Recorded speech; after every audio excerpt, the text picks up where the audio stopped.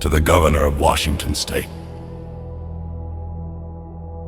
to every state and federal lawmaker who looked away. I have something to say tonight. And this time, you don't get to silence me.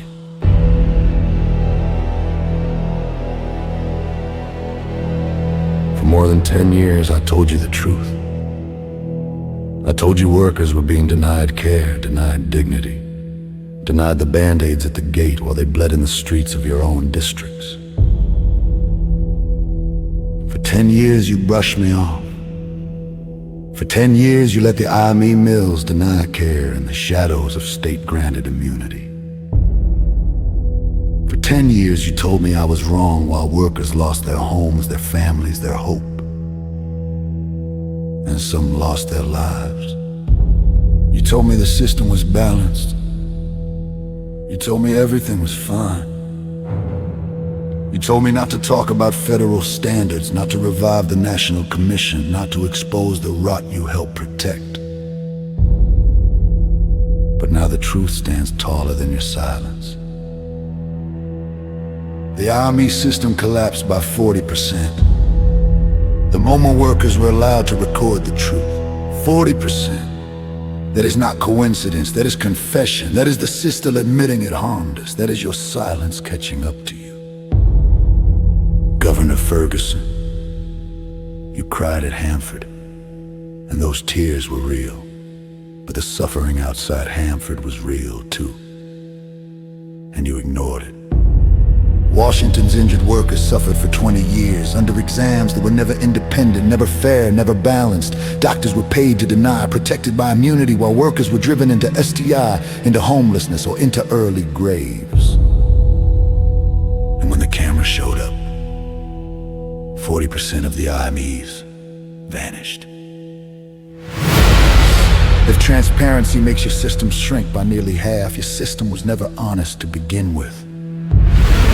And what about them? The ones you never counted, the ones who lost their homes, lost their families, lost the battle with their own minds while waiting for decisions that never came. What about the ones who were told they were faking, when the only thing they were faking was a brave face in front of their children? What about all of them?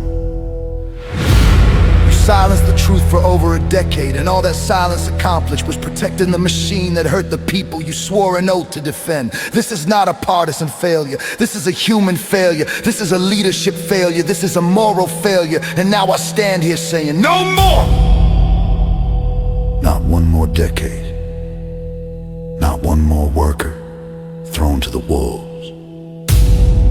Today I demand a full investigation, a victims' compensation fund, the end of medical immunity, the revival of federal standards, and $5 million in damages for a decade of harm that never needed to happen. This is not a request. This is not political theater. This is the bill coming due for 20 years of state-sanctioned suffering. If you can cry for Hanford, you can cry for the rest of Washington's workers. If you can comfort one community, you can stop abandoning the thousands you ignored. If you can speak truth to power, then speak it now. Because tonight, workers across this state are raising their voices with me. Workers won't be silent. Not now. Not ever. The truth is out. The harm is real. And the days of hiding behind silence are over. This is Darren Arfonso. Workers won't be silent 25, and today, you finally heard us.